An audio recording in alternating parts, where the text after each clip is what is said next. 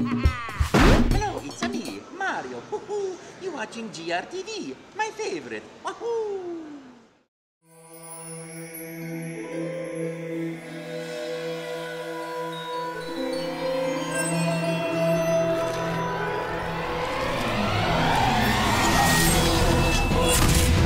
So we saw War in the North during E3. Sadly, we didn't get a chance to talk to you guys. But what are you here at Gamescom to show?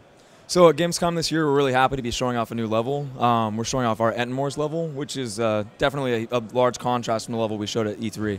So Ettinmoor's is a very large, open, a lot of branching paths, really focuses on natural beauty. It's this area to the west of the Misty Mountains. And what we know from the literature is that this is where the Witch King fled after defeat at Fornost. So there's a lot of really big, bad enemies waiting for us in there.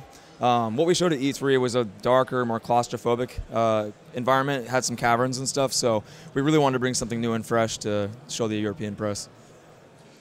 What's it like? Of course, we can't escape the fact that there's literature here, and of course there's the movies as well that the franchise or this is based on. But what is it like telling a brand new story set in Middle Earth?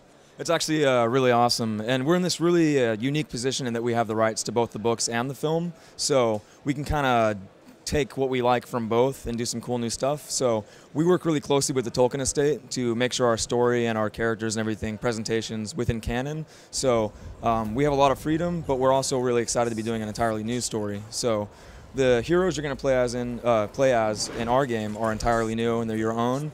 But like we said, the story's within canon, so we feel like it matters, it makes sense, it's more exciting for players. And we are kind of following the events of, well, it takes place during the same time as the Fellowship's journey to destroy the ring, but we already know that Sauron's sending armies up north, and you're going to be that thin line that kind of stands between the free people up there and the invading armies. So you feel you're guarded against the die-hard Tolkien purists? I think we definitely are, and like we said, we're working really closely with the Tolkien estate to make sure they're on board every step of the way. We have an amazingly talented team of people who are like really big fans of the books, so we're watching the movies constantly, reading the books, really exploring all that deep lore, and we're actually really excited to bring our game out because we think gamers have really been waiting for a more realistic, gritty approach to Lord of the Rings. So we're the first mature, focused title that's going to be like the most brutal, kick-your-ass Lord of the Rings experience you've really seen yet. Yeah, how did you guys decide to go for that? Because we see there's quite a lot of violence, chopping off limbs, chopping off, well, arms, legs, heads.